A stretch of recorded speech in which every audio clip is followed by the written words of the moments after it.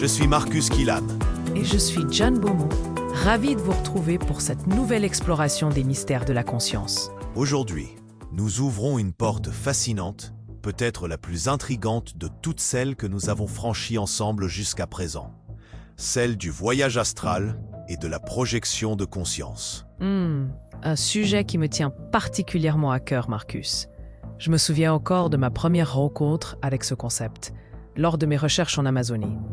Un chaman Shipibo m'avait décrit comment son esprit voyageait la nuit pour guérir ses patients à distance. À l'époque, j'étais sceptique mais curieuse. Et c'est exactement l'état d'esprit que nous vous proposons d'adopter pour cet épisode, chers auditeurs. Curiosité et ouverture, sans pour autant abandonner notre esprit critique. Absolument. Nous allons explorer les racines historiques de cette pratique millénaire, ses fondements théoriques, quelques techniques pratiques pour ceux qui seraient tentés par l'expérience, et bien sûr, nous n'oublierons pas la perspective scientifique. Mais avant de plonger dans les profondeurs de l'astral, prenons un moment pour vous rappeler que votre soutien est vital pour notre podcast. Si vous appréciez notre travail, n'hésitez pas à laisser un commentaire positif ou à vous abonner à notre chaîne. Votre engagement nous aide à continuer d'explorer ces frontières invisibles. Et à créer cet espace de dialogue entre science et spiritualité que nous chérissons tant. Merci à vous tous qui nous écoutez fidèlement. Commençons notre voyage par un peu d'histoire. Voulez-vous ? Le concept de conscience désincarnée, capable de voyager indépendamment du corps, n'est pas une invention New Age, comme on pourrait le croire. Il s'enracine profondément dans l'Antiquité. Exactement. En Égypte ancienne, par exemple, on parlait du Ba, un aspect de l'âme capable de voyager entre le monde des vivants et celui des morts. Les textes funéraires décrivent comment le Ba retournait au tombeau chaque nuit pour se réunir avec le corps. Fascinant. Et ce n'est pas limité à l'Égypte, n'est-ce pas ? On retrouve des concepts similaires dans pratiquement toutes les cultures anciennes. Absolument. Dans les traditions védiques de l'Inde, on parle des siddhis, ces pouvoirs psychiques obtenus par la pratique du yoga, dont la capacité de projeter sa conscience hors du corps. Et dans les cultures chamaniques, du cercle arctique jusqu'à l'Australie, le voyage de l'âne est au cœur des pratiques de guérison. Ce qui me frappe, c'est la similitude des descriptions à travers des cultures qui n'avaient aucun contact entre elles. Ça soulève une question intéressante. Sommes-nous face à une expérience humaine universelle, peut-être liée à notre neurologie commune, ou à une réalité objective que ces différentes cultures ont découverte indépendamment? Une excellente question qui nous accompagnera tout au long de cet épisode. Ce qui est certain, c'est que l'intérêt pour le voyage astral a connu un regain spectaculaire à la fin du 19e siècle, avec des figures comme Helena Blavatsky et la Société théosophique. Oui, et cela nous amène naturellement au fondement théorique de la projection astrale. Jane, peux-tu nous éclairer sur ce que les praticiens entendent exactement par corps astral ? Le corps astral, aussi appelé double éthérique ou corps subtil, est conçu comme un véhicule de conscience non physique, qui peut se détacher du corps dense. Imagine-le comme une réplique énergétique de ton corps physique, mais composé d'une substance plus fine, vibrant à une fréquence plus élevée. Donc, si je comprends bien, c'est un peu comme si nous avions un réseau Wi-Fi cosmique intégré. Notre conscience pourrait se connecter à différentes fréquences de réalité en utilisant ce corps astral comme modem. Marcus, tu sais que j'adore tes métaphores technologiques, mais celle-ci est particulièrement créative. Disons plutôt que le plan astral est décrit comme une réalité structurée en couches, où pensées et émotions prennent forme plus directement que dans notre monde matériel. D'accord, j'abandonne ma métaphore Wi-Fi. Mais parlons de ces couches ou plans. J'ai entendu parler de plans inférieurs, intermédiaires et supérieurs. C'est une façon de cartographier cette géographie subtile, oui. Les plans inférieurs seraient plus denses, plus proches de notre réalité physique, souvent colorés par nos peurs et désirs personnels. Les plans intermédiaires reflèteraient davantage l'expérience collective humaine. Et les plans supérieurs Ah, ceux-là sont décrits comme imprégnés de révélations spirituelles, de connexions interdimensionnelles. Et ce qui détermine où l'on atterrit dans cette géographie astrale, c'est L'intention, l'état émotionnel et ce que certains appellent la fréquence vibratoire du voyageur. C'est pourquoi la préparation est si importante avant de tenter l'expérience. ce qui nous amène parfaitement à la partie pratique. Comment se prépare-t-on à un voyage astral? Y a-t-il des techniques spécifiques que nos auditeurs pourraient explorer? Prudemment, bien sûr. La première chose à comprendre est l'importance de l'état d'esprit et de l'environnement. Un mental calme et déterminé est essentiel. La plupart des praticiens recommandent de formuler une intention claire avant de commencer. Que cherchez-vous à accomplir?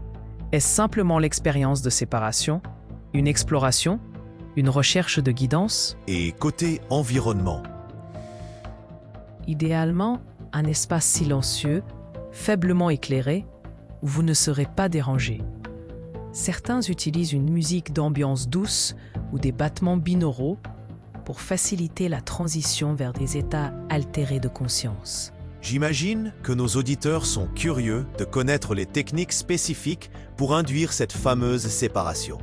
Personnellement, j'ai entendu parler de la technique de la corde.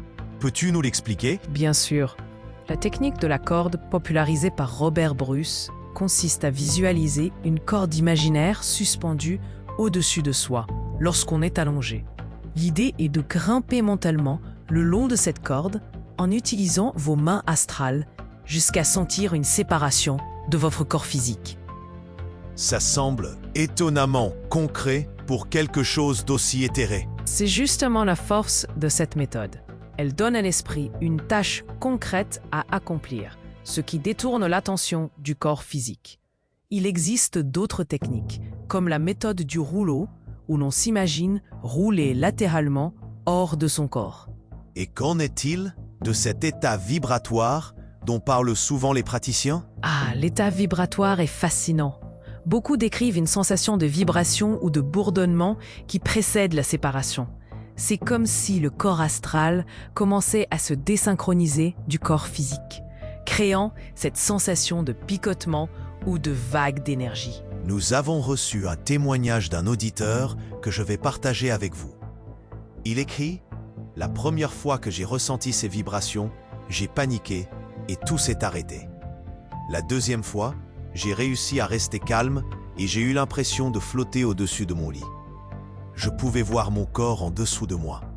C'était à la fois terrifiant et merveilleux. » Ce témoignage illustre parfaitement l'importance de rester calme face à ces sensations inhabituelles. La peur peut effectivement interrompre le processus. Jane, en tant qu'anthropologue, tu as été témoin de pratiques similaires dans diverses cultures. Y a-t-il des points communs dans les techniques utilisées? Absolument. La relaxation profonde, la respiration contrôlée et une forme de dissociation de l'attention sont présentes dans presque toutes les traditions. Les chamans sibériens utilisent le tambour, les yogis le pranayama, les mystiques soufis la danse. Mais tous cherchent à créer cet état liminal, où la conscience peut se détacher du corps. Passionnant. Mais il est temps d'aborder l'éléphant dans la pièce. Que dit la science de tout cela? Car jusqu'à présent, nous avons surtout parlé de tradition et d'expériences subjectives. Je savais que tu allais nous ramener sur Terre, Marcus. C'est mon rôle, n'est-ce pas? La science conventionnelle tend à considérer le voyage astral comme une expérience subjective, potentiellement explicable par des processus neurologiques. Des études sur les expériences hors du corps ont montré que la stimulation de certaines régions cérébrales, notamment la jonction temporopariétale, peut induire des sensations de dissociation corporelle. C'est vrai, et ces découvertes sont fascinantes. Elles nous montrent que notre cerveau possède la capacité de générer ces expériences. Mais la question demeure, est-ce que cela explique entièrement le phénomène ou simplement le mécanisme par lequel il se produit? Une distinction subtile mais cruciale. C'est comme dire que nous avons identifié les circuits électriques qui permettent à une télévision de fonctionner. Mais cela n'explique pas l'origine des programmes qu'elle diffuse. Exactement. Et certaines expériences défient les explications purement neurologiques. Par exemple, des cas où des personnes en état de projection rapportent avoir vu ou entendu des choses qui se passaient à distance et qui ont été vérifiées par la suite. Ces cas sont intrigants, mais souvent anecdotiques et difficiles à reproduire dans des conditions contrôlées. Ce qui nous ramène à cette tension fascinante entre expérience subjective et réalité objective. Une tension que nous explorons dans chaque épisode de Frontières invisibles, n'est-ce pas? Cette frontière poreuse entre ce que nous savons et ce que nous ressentons. Absolument. Et je pense que c'est un bon moment pour rappeler à nos auditeurs que, quelle que soit la nature ultime du voyage astral, l'expérience elle-même peut avoir une valeur profonde. Tout à fait. Que ce soit pour explorer sa propre psyché, pour une quête spirituelle, ou simplement par curiosité, le voyage astral offre une perspective unique sur la conscience humaine et ses potentialités. Avant de conclure, Jane, aurais-tu quelques conseils de sécurité pour ceux qui voudraient tenter l'expérience? Oui, et c'est important. D'abord, abordez cette pratique avec respect et intention positive. Assurez-vous d'être dans un bon état émotionnel et mental avant de commencer.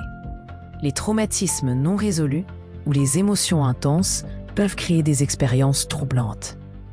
Et qu'en est-il de cette crainte commune de ne pas pouvoir revenir dans son corps? C'est un mythe persistant, mais rassurez-vous, la conscience revient toujours au corps.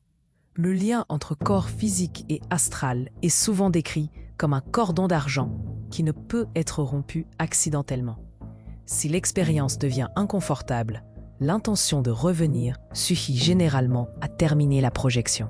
Voilà qui est rassurant. Et pour ceux qui expérimentent, tenir un journal de leurs expériences peut être précieux, j'imagine? Absolument essentiel. Notez vos expériences immédiatement au réveil, avant que les détails ne s'estompent. Cela vous aidera à identifier des motifs, à affiner votre technique et à intégrer les enseignements potentiels de ces voyages. Nous arrivons à la fin de notre exploration des portes de l'astral. Que retenez-vous personnellement de ce sujet, Jane? Je suis toujours frappée par la constance de ces expériences à travers les cultures et les époques. Qu'il s'agisse d'un phénomène purement neurologique ou d'une réalité objective, le voyage astral nous rappelle que notre conscience est peut-être plus vaste et plus mystérieuse que nous ne l'imaginons au quotidien. Une belle conclusion. Et vous, chers auditeurs, qu'en pensez-vous? Avez-vous déjà vécu des expériences similaires? Nous serions ravis de recevoir vos témoignages pour un futur épisode sur ce sujet. Oui, partagez vos expériences avec nous et préparez-vous pour notre prochain épisode où nous explorerons les synchronicités. Hasard ou message de l'univers? Un sujet tout aussi fascinant. Merci de nous avoir accompagnés dans cette exploration des frontières invisibles. Je suis Marcus Killam. Et je suis Jane Bémont. À très bientôt pour de nouvelles aventures aux frontières de la conscience. Prenez soin de vous et peut-être de vos corps astraux aussi.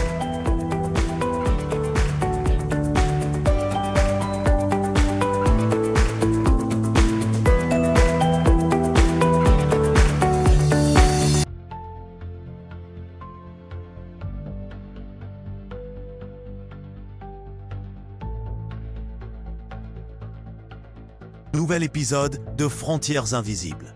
Je suis Marcus Killam.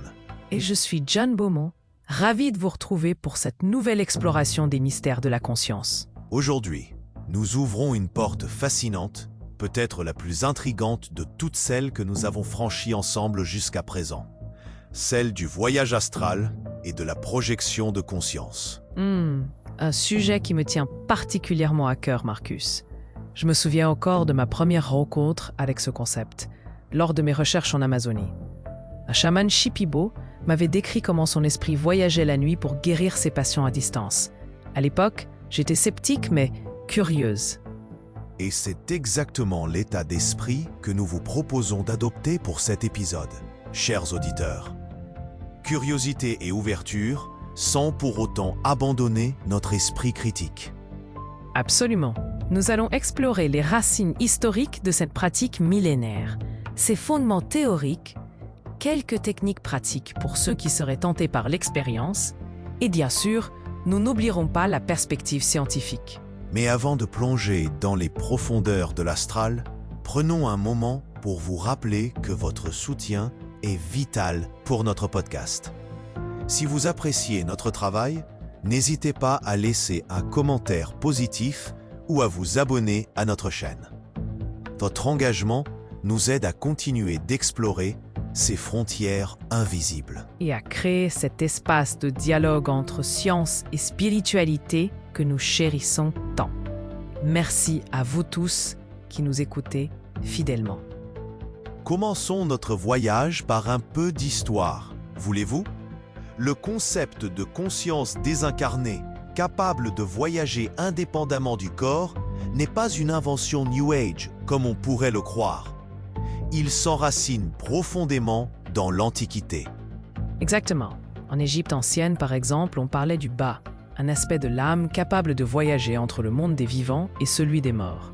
Les textes funéraires décrivent comment le Ba retournait au tombeau chaque nuit pour se réunir avec le corps. Fascinant. Et ce n'est pas limité à l'Égypte, n'est-ce pas? On retrouve des concepts similaires dans pratiquement toutes les cultures anciennes. Absolument. Dans les traditions védiques de l'Inde, on parle des siddhis, ces pouvoirs psychiques obtenus par la pratique du yoga, dont la capacité de projeter sa conscience hors du corps. Et dans les cultures chamaniques, du cercle arctique jusqu'à l'Australie, le voyage de l'âme est au cœur des pratiques de guérison. Ce qui me frappe, c'est la similitude des descriptions à travers des cultures qui n'avaient aucun contact entre elles. Ça soulève une question intéressante. Sommes-nous face à une expérience humaine universelle, peut-être liée à notre neurologie commune, ou à une réalité objective que ces différentes cultures ont découverte indépendamment? Une excellente question qui nous accompagnera tout au long de cet épisode. Ce qui est certain, c'est que l'intérêt pour le voyage astral a connu un regain spectaculaire à la fin du 19e siècle, avec des figures comme Helena Blavatsky et la Société théosophique. Oui, et cela nous amène naturellement au fondement théorique de la projection astrale. Jane, peux-tu nous éclairer sur ce que les praticiens entendent exactement par corps astral? Le corps astral, aussi appelé double éthérique ou corps subtil, est conçu comme un véhicule de conscience non physique, qui peut se détacher du corps dense. Imagine-le comme une réplique énergétique de ton corps physique, mais composé d'une substance plus fine, vibrant à une fréquence plus élevée. Donc, si je comprends bien, c'est un peu comme si nous avions un réseau Wi-Fi cosmique intégré.